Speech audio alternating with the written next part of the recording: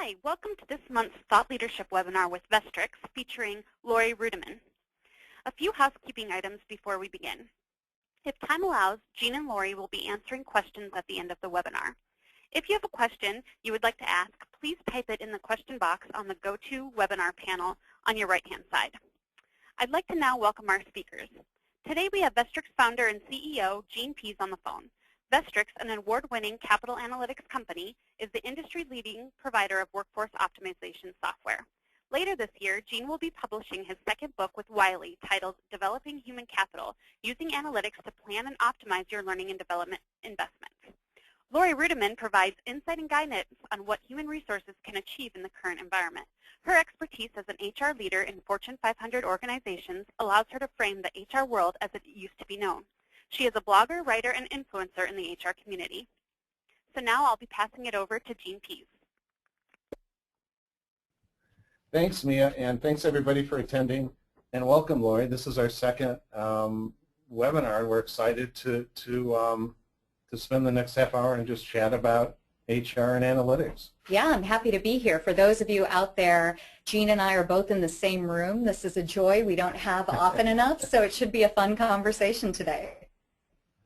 So, Laurie, we wanted to start out a little bit about kind of defining some of the terms around analytics and metrics and data. So let me ask you something. You know, when I travel around the world, I often hear from HR professionals that they think the future of human resources is social media or marketing, and then some people say it's data. And I think the future of human resources, are, as always, is people, or maybe robots down the road.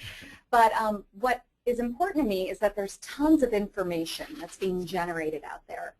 And I think one of the challenges HR professionals have is that they don't come from applied science backgrounds or math backgrounds, and they don't know what to do with this information. So I thought maybe today we can define some terms just to start, like analytics, metrics, measurements, and you're the expert. So how would you define some of that? What do you think? Well, to start, and a lot of the people I talk to and a lot of the groups that I speak in front of, I talk about don't be afraid of this whole big, hairy thing called big data. Right. It's just a term. And in fact, every organization we've ever worked with for the last 10 years has enough data, whether it's considered big data or little data, to really get started on this analytics journey. And so one is, I always encourage people, don't worry about some of these labels and don't get freaked out of big data. The challenge we all have is to take this information or this data that we have and turn it into information. Yeah. So let me stop right there. When we talk about big data, a lot of people think that what they have on their hard drive is big data, what Facebook might be big data. Big data is a term that's thrown around there like crazy. So what exactly is big data? Well, let's talk about the data that HR currently has to start with. One is, if you're a smaller company, you've got probably a lot of data that's in Excel spreadsheets, and that would be HRIS data, or the data on the demographics of your people, which would be hire dates, payroll information, and whatever. A lot of larger companies have that systematized in systems that are HR information systems called HRISs, right? And there's a whole variety of flavors of those, from very simple to very complicated. Most organizations have some kind of tracking of their learning. Larger companies have learning management systems, LMSs. Smaller companies have Excel spreadsheets that can keep track of how many people in what courses. A lot of companies have engagement surveys. Yeah. So if you just think about kind of, and one of the trends now is to try to capture all this social media data. So there may be another fourth pile of data. So if you think about just the data that's within HR, this broad umbrella of HR, there's 3 or 4 places where you can begin to look at the data you have, whether it's very unsophisticated in spreadsheets or it's very sophisticated in these systems. And the challenge is to make sense out of that. So our first step in the analysis we do is we combine the data sources, and we begin to look at the world that we call descriptive statistics, that without doing any fancy math behind it, we look at the combination of data that comes from engagement, your HRIS, your demographic data, maybe payroll, and your LMS. And that, with a data analyst or HR generalist, is a way to get started. Not real sophisticated, but you begin to go beyond what dashboards tell you. Yeah. The other, I think, important point is this: either it's an Excel spreadsheet or in the dashboards, your systems are giving you basic activity information.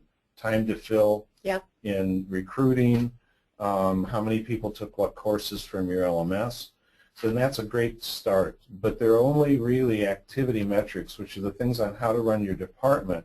They really don't tell you much about, are these investments affecting business outcomes or affecting engagement and or retention. Right. And so the idea behind all this is to begin to look at that data, combine it in simple ways, and begin to try to figure out what's going on with your populations of people from just these systems. And then sometime in this half hour, we're talking about getting into the predictive world, which gets more complicated. That's right, that's right. Well, it's just so fascinating to me because everybody wants metrics. They want metrics, right? Or they're measuring things, or they're talking about analytics. So can you give us also a definition, a specific one of metrics, and a specific definition of what are analytics? Well, because I think those words are misused all the time. Yeah, absolutely. And I'll throw out another couple words that are misused or interpreted. So everybody throws around the word KPI, key performance indicator. Yeah, totally. Right. Well, we learned over the years that word is interpreted differently by multiple people. So we don't use the word KPI. Okay. We define a metric as really three different levels. One level is the metric of what your investment is. I'm going to invest in a leadership development program. Right. I'm going to invest in sales training. I'm going to invest in a benefit program. So we have metrics that we develop around investments. We then take the word KPI and we break it down into two simpler words. And when you begin to think about it, what we're trying to do in analytics is to show a trail of evidence that an investment is affecting an outcome. And that outcome could be a business outcome from the company that ties to corporate strategy, or it could be a people outcome, like we're trying to improve retention and engagement. So for us, there's always outcomes are always people-centered and company-centered. So instead of using the word KPI, we use the word leading indicator. Mm-hmm. What is the evidence that I can begin to see that this investment is showing value, and it's leading me to a business outcome? A leading indicator in our mind doesn't generally have a financial value. And then the next word under KPI would be business impact. So, and that is a metric you can put a financial value to. Yeah. So we don't use KPI in our vocabulary. We use investment, leading indicator, business outcome, and we try to tie all that chain of evidence to corporate strategy. Yeah, that's amazing, because that is the future for me of HR right there, really understanding how people investments translate to business investments. Mm-hmm. So absolutely. So, you know, if you want to take it kind of a step further. Yeah, let's do it. And you then, with that data, with that evidence, mm-hmm. you can then apply some fairly sophisticated statistical techniques that they use in drug trial. Yeah. And you can compare people that have investments against that don't, and isolate investments from all the other variables, internal and external to the environment, so you're positive of an outcome. Mm-hmm. And if you can do that, and you're not guessing through assumptive methodologies, surveys, and interviews, you can then understand where that investment works against all your different types of population, both individual demographics and organizational demographics. So you, for example, you can understand my sales training program improved my sales by X, and millennials improved the most, and boomers didn't improve at all. That's right. It affected females under 35 better than it affected males over 45. So you can really get into what I call not spreading the peanut butter equally, and really segmenting your investments, apply them to the places it's working, and then what we call optimization, fine-tune those investments to the places it's not. And I believe, you know, those of us that have spent full time in this field, I know there's a few people that agree with me. I think in 5 to 10 years, you will be giving a prescription. When you're hired, you will have an individual prescription of employee development for you. Yeah. And it won't be every millennial gets the same thing in multiple job things. And so I really believe we will begin to customize all of our investments in our people with a little bit more work that we're doing now to get there. But I think that's where we're headed, is really a prescriptive menu that I'm going to give you for your employee development when I hire you. Well, it's very consistent with what I'm hearing out of SHRM and out of ASTD and out of CIPD, which is that in the past, HR professionals were really hung up on compliance and doing things because it was the right thing to do, right? It felt right. We just thought it was right. For everybody. For everybody, right, consistently, without question. And now the future is really what you're talking about, prescriptive, customization, and it turns out you will do the right thing, but those actions will be data-driven. So for me, that's the future of HR as well. So that's interesting. Yeah, I agree. So, Laurie, we know that this is a really complicated times and of complicating, very changing workforce. For the first time, I think, in history, we have 5 generations in the workforce. We know that boomers are now retiring. The good news to that was that the recession slowed the retirements down. It wasn't good news for the boomers, but it was good news for companies that didn't quite recognize or realize they had to deal with it. And in places like the government, it's even more acute because the workforce is so skewed to the older workforce, to the older ages. Yeah. You have all this new technology coming on and social media and dispersed everything. How does this, you know, kind of crazy changing environment that we're living in, how can analytics help? Yeah. And what's the role of that? Well, you know, it's interesting. I was just at a conference where someone from SHRM, from SHRM, said that 10,000 baby boomers are leaving the workforce on a daily basis. So that's a pretty big number. But one of the things that tends to happen is that HR professionals, and all of us really, the media, speaks in generalizations about the generations, right? So there's all these stereotypical statements that are made about boomers, about Gen Xers. Don't forget about me, Gene. Please don't forget about me. I'm Gen X, and everybody just overlooks me. And then we have the millennials. And we don't. Well, you boomers won't retire. We love you, Gen Xers. You know, I would like to get promoted at some point in my career, right? So, but we also have this new homeland generation, or Generation Z, whatever they're calling them, that's starting to come up. And I think we make these broad assumptions, right, about what they want, about what they need. Some of it's driven through popular culture, through marketing agencies, through Madison Avenue, but some of it's just easy and feels right. I think one of the things that, you know, information helps us to do is make better decisions. So instead of saying that boomers are technology adverse, we can start to look at behaviors and understand trends and understand what's happening in our workforce. And it turns out that boomers aren't necessarily risk adverse. In fact, they're more attuned to entrepreneurial opportunities because they have more money in the bank, right? So once you start understanding some of the information and science behind decisions, you stop speaking in generalities and generalizations, and you start I think speaking in a way that's more actionable. And in human resources, your CFO does not want to hear you make broad assumptions about what it's like to be a millennial, especially if you're a 45-year-old woman, right?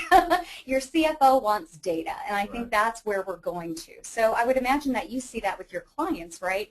They move from making these sweeping generalizations to then understanding who's in their workforce and how they're behaving.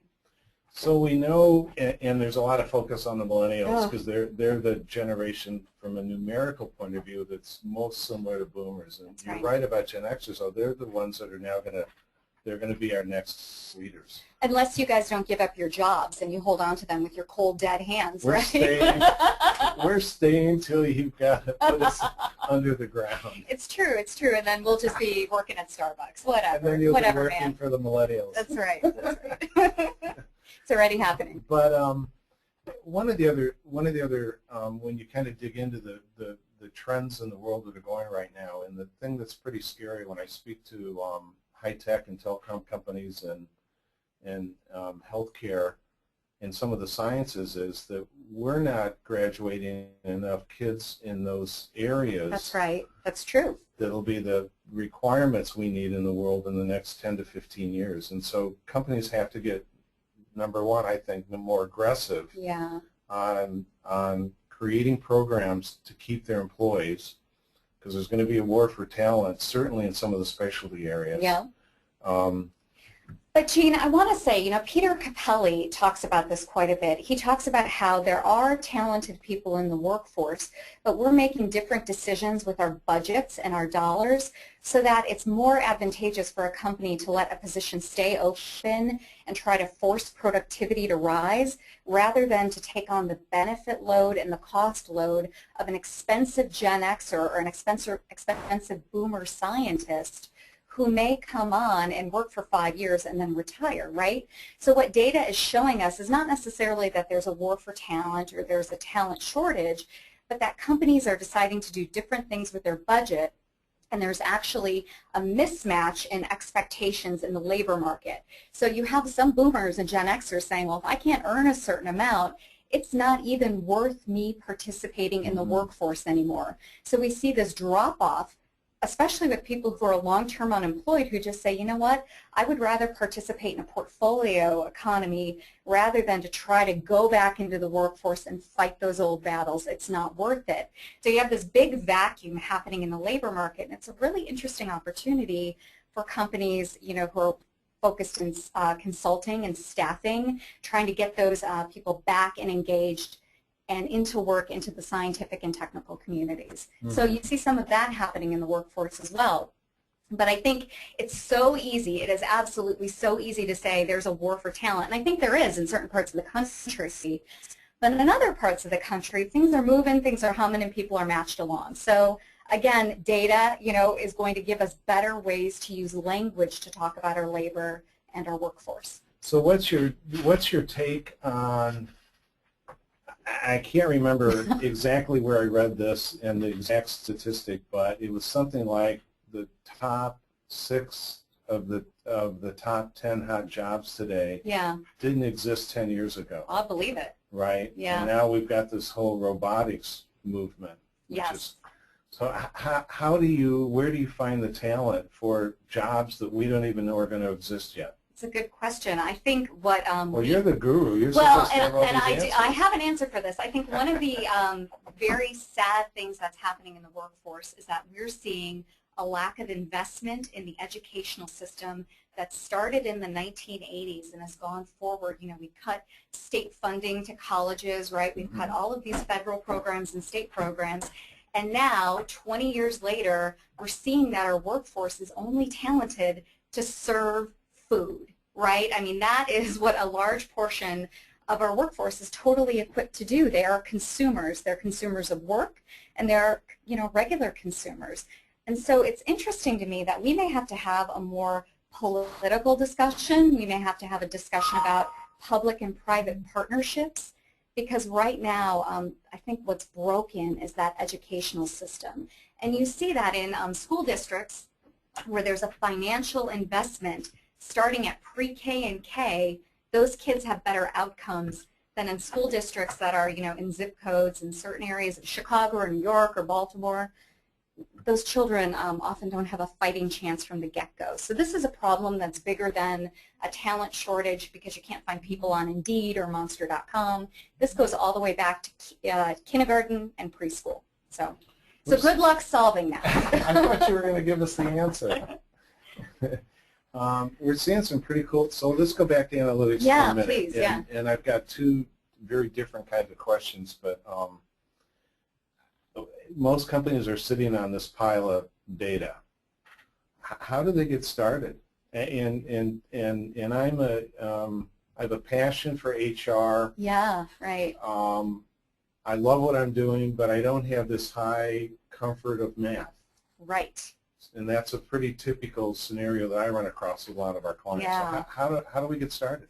Well, there are a couple of different pathways that I've seen in the modern HR department. I've seen HR departments openly admit that they don't know what they don't know. And they go out into the world and secure a consultant to help them begin the conversation. The other way that you can start this is by forming a task force within your organization where you're partnering with the CFO and you really bring together the best minds within your organization and the CIO to figure out what you have and what you should do with it. But the question doesn't start with HR. The question really starts with business strategy and board governance. Where are you going as an organization? What are your goals? What are your objectives? And then from there, start to figure out then what you have internally in terms of data and how you can get to where you're going and how you can predict where your company is going to go in the future. But a lot of times that expertise is found outside of the organization. So one of the things we've learned is to, one of the ways to get started is to try not to solve every problem and boil the ocean, right? Start small, pick some projects that may not be the highest political or the most important. Pick something where you've got a fairly high probability, you've got decent data, and start small and try to break some small myths and begin to create an internal vocabulary and mindset for data-driven decisions. And as you get better at it, you can get bigger projects, more complicated. You can keep peeling the onion, as we call it. Does that resonate with you? It does, actually, and I think many companies feel like they're measuring the right things, especially within human resources, and it turns out that they're A, not measuring it, they're just making some assumptions, or B, measuring it in old ways, or just measuring the same old things and not going forward. So I think about turnover ratio, right, and days to fill, and there are a lot of things that we in HR take for granted as really relevant things to measure, and maybe the business doesn't want that anymore. So it's also worth asking, if you're a business partner, going to your clients and saying, does this have any value for you? Does this mean anything for you? When I give you a turnover ratio, are you interested in a broad turnover ratio, or do you want to hone in on specific populations? But that conversation with your client group is really, really important. To your point, you just illustrated what we were talking about earlier, and that is the analysis or the analytics that people think they're doing are really they're keeping track of the activities of their department to run the department. That's right. That is absolutely and right. Time to fill is a metric that's important because it costs money, whatever, but it has no bearing on the business quality. So we're now seeing some cool things going in talent acquisition where they're really measuring quality hire, not just time to fill. So talk a little bit about that, because what does quality of hire mean out in the marketplace that you've seen? Because this is a new concept for a lot of HR professionals. Well, yeah, so you could, as my boss, tell me that it costs us X to fill positions and I've got to get my time to fill down from 45 days to 36 days. Yeah. And I think because I do that, I'm going to save money. And that is an activity metric, and it may or may not be a good thing. Say you were at 45 days really hiring really good people, and they performed well, and they were engaged, and they stuck around. And say to make this 35-day metric, I'm starting to hire what you would consider some mediocre people, because whatever the process and methodology you have, I've short-circuited some of that. That's right. So I might end up, the unintended consequences of that short-term decision of lowering time to fill might be I may increase my turnover rates. I may decrease my productivity. I may decrease my time to competency. So to me, those would be ways to measure quality of hire. Well, from my perspective within an HR department, there is such a disjointed behavior between many talent acquisition groups and many HR generalists and HR leadership. So you've got your recruiting team focused on one activity metric, you have your business partners focused on something else, and your HR leadership team is really looking at like the finances of the organization or looking at ROI of certain investments. So I think one of the challenges within HR in and of itself is the structure of the way that we operate, because we have all of these what they like to think of as centers of excellence, right? We've got learning over here, recruiting over here, generalists over here, and none of those centers are talking to one another oftentimes. So the way that we structure ourselves in HR means that we're often measuring things that don't really matter to anybody but our little microcosm of people that sit around us. Correct. So you're absolutely right. But I think it's changing. At least I've been now in this field 10 years, and in the last couple of years, we're beginning to see the conversation and a lot of literature around all this stuff is linked. Yep. Right? It's all related. And we're now seeing technology solutions that are beginning to link some of it. There's not this magic one solution yet. Yes. But we're certainly seeing in the talent acquisition and HRIS world either cobbled through acquisitions or homegrown built systems that begin to talk to each other. And I think over time, and this is that Gene Pease's 5 to 10 years from now world that I'm trying to live in. I'm there. We will have maybe not everything linked, but the vast majority of this linked. So you really will be able to understand what investments we need to make at what point in an employee life cycle to help them as an employee be more productive and increase their retention rates and perform better, which is good for the organization.